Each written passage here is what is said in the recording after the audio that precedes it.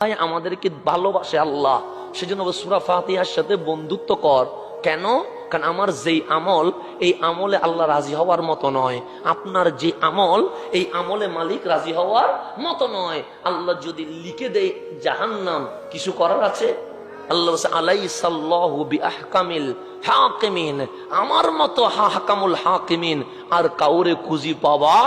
তা আল্লাহ লিখে দিয়েছেন, বান্দা তোর আমলে আমি রাজি হতে পারি নাই, তুই জাহান্নামে চলে যা। আপনি আমল নামা নিয়ে কোন দিকে চলে যাচ্ছেন? জাহান্নামে। জাহান্নামের দরজা কয়টা? 7টা। এ মুরব্বিটির মতো বসে, জাহান্নামের দরজা কয়টা? 7টা। এখন আল্লাহ বলছে তুই জাহান্নামে চলে যা, তুই জাহান্নাম আল্লাহ দিবে।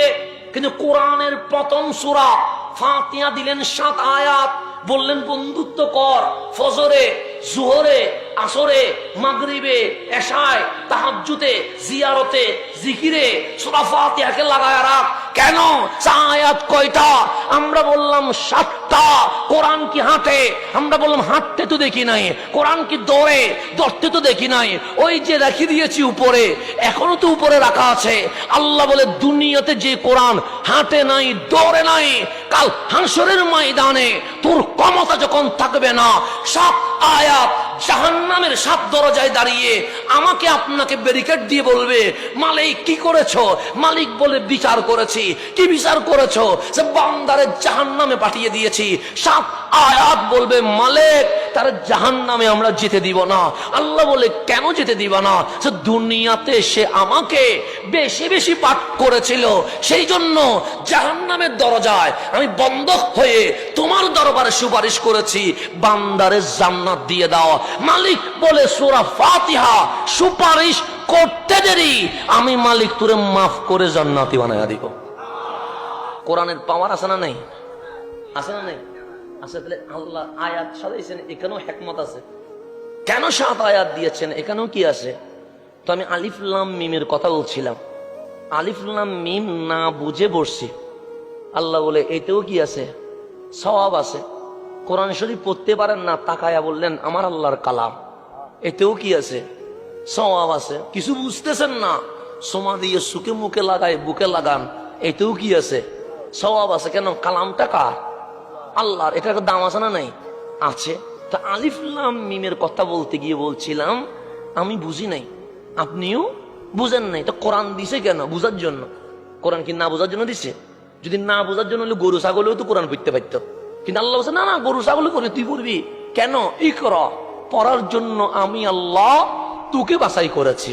তো মালিক প্রথম আয়াত আলিফ লাম মিম বুঝলাম না, তুমি বললা ইকরা, গবেষণা করতে, এটা দ্বারা কি বুঝাইছো?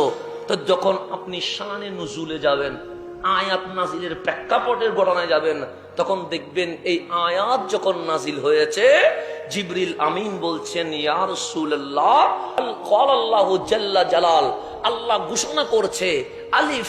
আমার নবী বললেন জিবরিল ফাহিমতু, আমি বুঝেছি। সামনে বলো।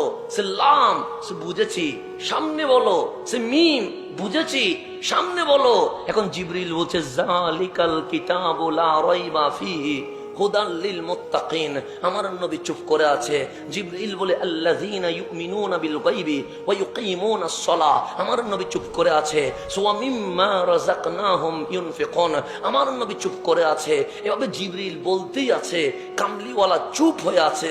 জিবরিল থেমে গেছে, ডাক দিয়ে বললেন ইয়া রাসূলুল্লাহ, একটা প্রশ্ন করতে চায়। আমার কামলিওয়ালা বলে অবশ্যই প্রশ্ন করো। আমি আলিফ বললাম, আপনি বললেন ফাহিমতু। আমি লাম বললাম, আপনি বললাম বুঝে গেছি। আমি মিম বললাম, আপনি বললেন বুঝে গেছি। কিন্তু যালিকাল কিতাব থেকে 3-4 আয়াত বলে ফেলেছি, একবারও বুঝেছি বলেন নাই। কারণ কি? কামলিওয়ালা মুস্কি হাসি দিয়ে বললেন জিবরিল, যালিকাল কিতাব থেকে তুমিও বুঝে গেছো, উম্মতও বুঝে গেছে, নতুন করে বুঝেছি বলার দরকার নাই।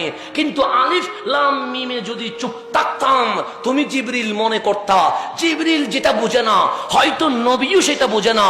বুঝেছি এই কারণে বললাম জিবরিল, তোমার এলম যেখানে শেষ, কামলিওয়ালার এলম সেখানে শুরু হয়ে গেছে।